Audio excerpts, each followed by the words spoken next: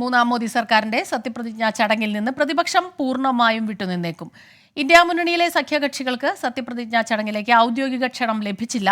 കഴിഞ്ഞ 2 തവണയും നരേന്ദ്രമോദിയുടെ സത്യപ്രതിജ്ഞാ ചടങ്ങിൽ നിന്ന് പ്രതിപക്ഷം വിട്ടുനിന്നിരുന്നു.